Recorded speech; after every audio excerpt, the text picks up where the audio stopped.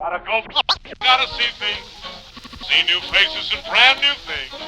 Gotta go places and do things, maybe to forget. Hey, so welcome back to another one, you guys. If you were new to the channel, my name is Andrew with Mercedes-Benz of Hagerstown in Hagerstown, Maryland. For more information on our inventory, please feel free to check out the link in the description box below. And so today we're in the brand new 2023 Mercedes-Benz GLB 250, of course, because of the iconic Mercedes-Benz styling, but also this is an SUV by Mercedes-Benz that actually has a starting price coming in at under $40,000. So that's pretty darn exciting as well. So ultimately in this video, we will be testing out and going over everything about this one. So having said that, what do you guys say? Let's just go ahead and jump right into it. And as always, let's start with pricing. And so when it comes to the pricing of this thing, there's essentially two different configurations. So you got the MSRP coming in at $39,800, but there is a 4MATIC GLB 250, meaning the all-wheel drive version, coming in at $41,800. But regardless of which configuration that you go with, the power plant on the GLB 250 is going to be the same. Powering the beast is a 2-liter turbocharged inline 4-cylinder, putting out 221 horsepower at 5,500 RPM, 258 pound-feet of torque, coming in at 1,800 RPM. Power sent to the front wheels or all wheels through an 8-speed dual clutch with paddle shifters, which you guys know we will be testing out here in a little bit. 0 to 60 time for either configuration is going to come in at 6.9 seconds, with MPG numbers coming in at 24 in the city, 32 on the highway for the front wheel drive, 22 city, 30 then on the highway for the all-wheel drive, taking premium unleaded fuel. And so before we do any kind of fun acceleration or paddle shifter test here in the GLB, wanted to mention to you guys the drive modes. It's labeled dynamic. It stands for dynamic select. That essentially it's going to give you different drive modes like eco, comfort, sport, and off-road, adjusting things like the shift points, the throttle response, the steering sensitivity, the eco start stop system, basically disabling that for the sport driving mode. And if you were to put it in that off-road mode, you actually get a 50-50 torque split for better off-road handling and grip, of course. So that is pretty cool as well. So now that we got all of that out of the way, what do you guys say? Let's go ahead and find a straightaway. Let's put the paddle shifters and acceleration here to the test at the same time. Let's see how quickly the paddle shifters are going to react for us here, and let's see how quickly we can get our new GLB 250 here up to speed. All right, you guys, we are in sport driving mode and manual first gear. Go, baby. Quick paddle shifters. Now, having said that, this thing is pretty darn quick, and there wasn't any turbo lag whatsoever because this is a turbocharged engine, of course, and a lot of times you are going to get turbo lag, especially with the turbocharged 4-cylinder, but that was not the case in the GLB 250, so I love that. So plenty of an acceleration, not going to have any issues emerging onto the highway. Paddle shifters are incredibly quick. But anyways, to go along with that acceleration, as always, braking is equally important. So as expected, you will find 4-wheel disc brakes coming standard, but did want to also mention that there are a couple AMG line packages, and they will add perforated front discs with painted calipers as well to kind of stand out. So a little bit of braking with the perforated front discs, so I like that. As far as braking feel goes, it's excellent. Mercedes-Benz always does an amazing job with their braking feel. It definitely leans on the firmer side of things. It's not a soft braking feel whatsoever, so it does instantly bring you to a stop, so I am a huge fan of that. Then touching on suspension and handling, up front you're going to get an independent 4-link front suspension, in the back independent 5-arm multi-link rear suspension, and I did want to also mention there is an adaptive damping suspension that goes for $850. And by the way, fun fact for you here, for the 2022 GLB 250, that option went for $990, so got a $140 decrease in price there. So, and actually I always like to recommend that one, and here's why. Essentially it monitors each shock absorber individually, not only adjusting to the road imperfections, giving you a smoother ride, but it is going to also tighten up that suspension during heavy cornering, giving you better handling. So it's going to give you the best of both worlds. So if you want a smoother ride, if you want better handling, it's only an extra $850. And like I said, it is a noticeable difference when you drive both of them, really for any manufacturer. So I always like to recommend that one. That's one personally that I would go with, being a person that really tends to favor the driving dynamics of the vehicle. So did want to mention that, but overall, as far as ride quality goes, these roads are plenty fine, and that was one of the first things I muttered to myself. This is a very smooth ride here in the GLB 250, so no issues there. As far as steering feel goes, it's fine. Even in comfort driving mode, it kind of tends to lean a little bit on the heavier side of things, but honestly, I would say it's just right. It's certainly not super heavy, but it's just right for what the GLB is. As far as cabin noise goes, I'm going 31 miles per hour right now. Not a whole lot of wind noise coming into the cabin. There was a little bit of road noise at higher speeds, but that's to be expected in an SUV like this. But honestly, cabin noise certainly isn't that bad. Touching on visibility, this second row headrest kind of impede visibility a little bit, but other than that, because of the shape of the GLB, you certainly shouldn't have any issues with rear visibility there. So I personally didn't have any issues. But one other thing when it comes to forward visibility is rain sensing windshield wipers actually do come standard on the GLB 250. So whenever this thing detects any kind of mist or rainfall, it's going to automatically turn on those windshield wipers for you. So it's just one less thing you got to worry about there as well. But that pretty much rounds out the performance segment of this review, you guys. Let's now go ahead and take a look at the exterior of our brand new 2023 Mercedes-Benz GLB 250. All right, so here she is, you guys, the new 2023 Mercedes-Benz GLB 250, finished in night black, in case you were curious of the exterior color name on our particular vehicle here. But do want to first start with where this one is actually made, because you guys know, although Mercedes-Benz is a German company, that doesn't necessarily mean that it is built there. But in the case of the GLB 250, the VIN number does start with the letter W, indicating that this one is built and assembled in Germany. So that's pretty cool. But anyways, let's go ahead and start up front on the GLB here. Silver twin slat design to the front grille. That is going to be the standard configuration at least. However, if you were to go with one of those AMG line packages, you will get a diamond black front grille, which is traditionally what Mercedes-Benz has had for quite a while now. Illuminated star, that is an available option that goes for $350 if you were interested in that. I've passed Mercedes that have had that at night before, and it looks dang cool, so I'm a fan. But anyways, to the sides, LED headlights with LED daytime running lights do come standard. Also get the automatic feature, meaning headlights will turn on automatically for you when it starts to get dark out at night. Do want to mention though, there is an exterior lighting package that goes for $900, and that is going to give you automatic high beams, meaning if you have your high beams on at night and it senses a vehicle coming in the opposite direction, it's going to automatically dim them back to low beams, and when that vehicle is gone, it's going to automatically bounce it back up to high beams then. And active bending headlights as well, meaning if you're going around a bend at night, those headlights are going to swivel dependent upon the direction of your steering angle, better help at illuminating what is around that bend, so you're less likely to hit a deer or a cyclist or something like that. So that is pretty cool. I do love the LED fog lights down below as well. You do get some chrome accenting found on that front lip to go along with it all. So again, it looks just like last year, but it still looks dang good, especially in this night black exterior that we have here. But anyways, that pretty much rounds out the front end. Let's now go ahead and make our way to the side. All right, so but now since we are around to the side of the GLB, aluminum roof rails do come standard. Chrome window surrounds also coming standard as well. Rear privacy glass also coming standard. Taking a look at the side mirrors, they are body colored power adjustable side mirrors. They are actually also heated with LED integrated turn signals, so I do like all of that. I like the chrome accenting found on the door handles, and taking a look down at the side skirts, there is matte black side skirts. You can't tell as much with the black exterior that we have today, but they are matte black side skirts with the chrome accenting found on them as well to tie along with all the other chrome accents, of course.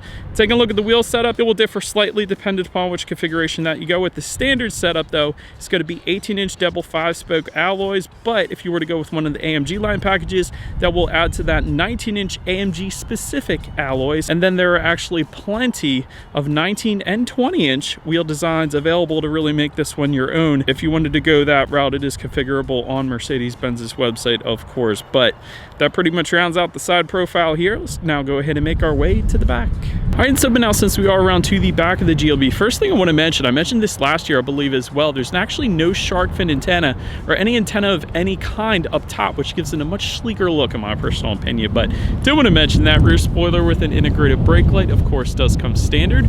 Rear window wiper back there as well. You guys can see the Formatic badging on the right-hand side back there if your GLB is equipped, of course. LED taillights though do come standard on this one, added illumination at night, gotta love that.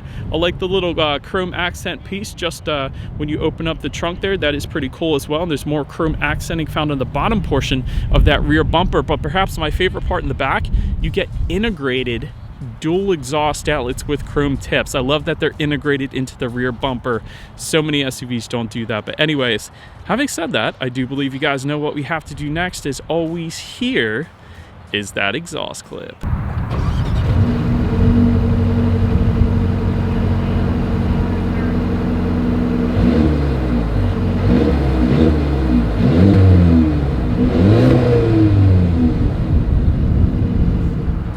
Alright, so but now since we are around to the back of the GLB, when it comes to opening that rear tailgate, it is a power tailgate that does come standard on the GLB, so 100% love that. By the way, since this is opened up now, I did want to mention seating for 7 is available actually on the GLB. Now, it doesn't come standard, but is it available as an option for an additional $850 if you wanted to go that route. But again, since we're opened up here, cargo capacity comes in at 22 cubic feet behind that second row. With that second row folded down, that does bump up to 62 cubic feet even. If you were comparing this to the BMW X3, X3 comes in at 62.7 cubic feet, so it's essentially the exact same in terms of cargo space between those two. But cargo lighting can be found back there. There is some netted storage in the corners. There's also grocery bag hooks. There is a 12-volt power outlet back there. There's some elastic straps if you wanted to throw something behind there so it doesn't slide around in the cargo area. There is a cargo cover, and this is the best part, you guys. If you lift up underneath of that cargo floor, there is in-floor storage, but not just a little bit like you typically see in SUVs. There is a ton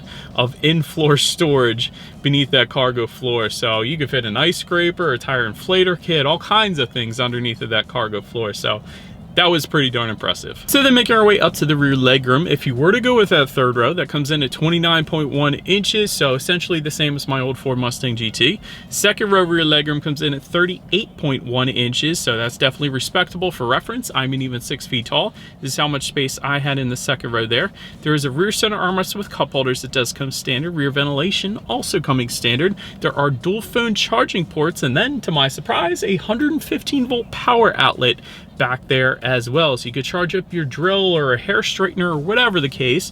That's something that you typically don't find even on luxury SUVs, so I was a big fan of that. But then making our way up to the front seats, 12-way power adjustable front seats with 4-way power lumbar does come standard. That's nice. Heated front seats go for $500. Heated and ventilated front seats go for $950.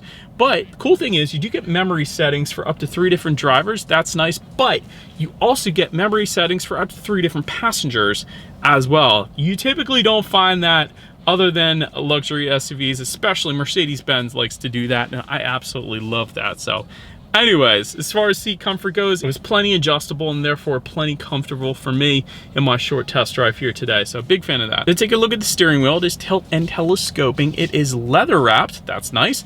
And if you wanted a heated steering wheel, that goes for $250. And the 10 and 2 grips are definitely bolstered on the thicker side, which I was also a fan of. Then make our way to the startup. Let me start by showing you guys the key here. All of your buttons are located on one side of the key.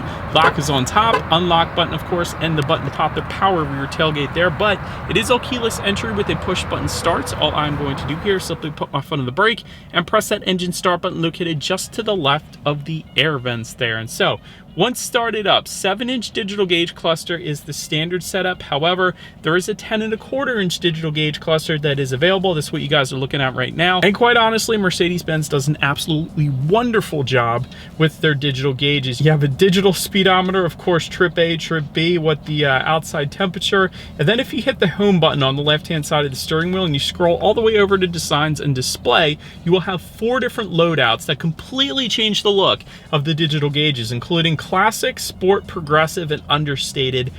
And that's my favorite part about the gauges, because most other manufacturers will not give you the ability to change between 4 different completely different loadouts. BMW doesn't do it.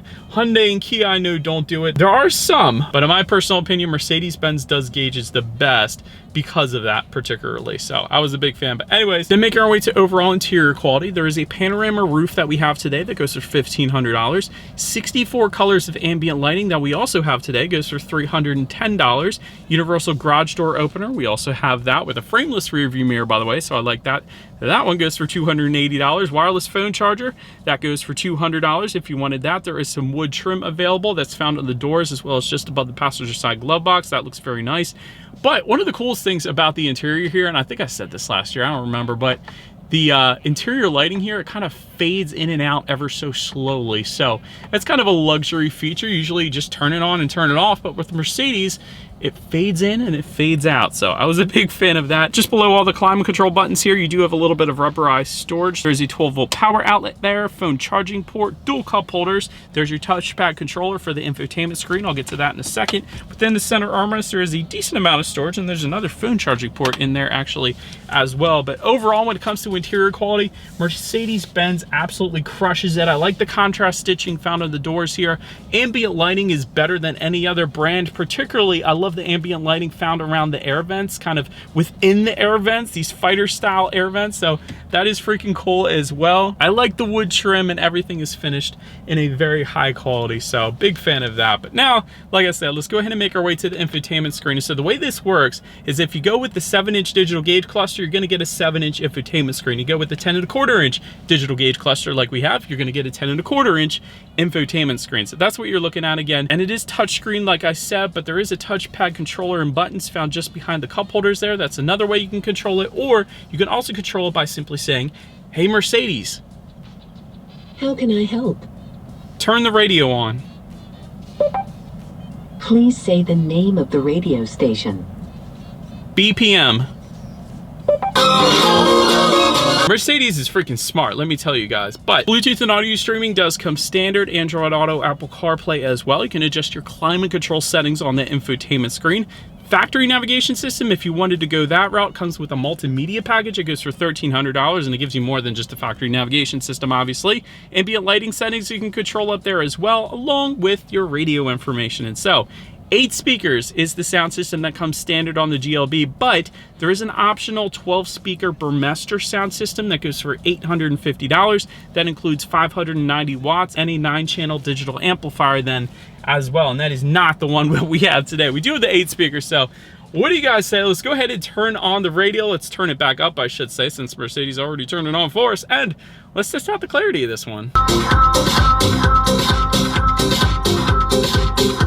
Actually not that bad, really plenty of bass, more bass than I expected, just a standard factory sound system to have. Clarity was actually plenty fine as well. Honestly, 8 speakers isn't bad. If it were 6 speakers or less in this thing, I probably wouldn't have liked it, but 8 speakers is actually decent for the GLB. I will say that obviously the Burmester is gonna be better. But anyways, last thing I wanted to mention to you guys on the infotainment screen is when you do put the GLB in reverse, you will find a review camera coming standard across the board, very high definition as well, by the way. But if you were to go with the parking assistance package, it goes for $1,090 that we have today. You're also going to get that surround view monitor found on the left-hand side, giving you that bird's eye view of what is completely all around you, which is always going to lead us into safety. And so to start, front side curtain airbags do come standard. Driver and passenger thorax side airbags as well. There is a driver's knee airbag as well. So the thorax airbags typically don't come standard on other manufacturers, so I wanted to mention that. In the back, you're gonna have latch, aka lower anchors and tethers for children for the rear car seats, for a child door locks, tire pressure monitoring system. But then there is also a driver assistance package. It goes for $1,700. That one is going to give you all the advanced safety, including active steering assist, evasive steering assist, active brake assist with cross traffic function, emergency stop assist, speed limit assist, lane keep assist, blind spot assist, lane change assist, adaptive cruise control, and route-based speed adaptation as well. That's it, but that is about it for this one, you guys. Thank you so much for watching. Feel free to follow Mercedes-Benz of Hagerstown at social media at the bottom of the screen. Be sure to hit the subscribe and the bell notification button if you're into new car reviews and everything else that goes on at the dealership. We do appreciate you guys watching more than you know, and we will see you guys all in the next video. Bye. Brand new thing. Gotta go places and do things. Maybe to forget it.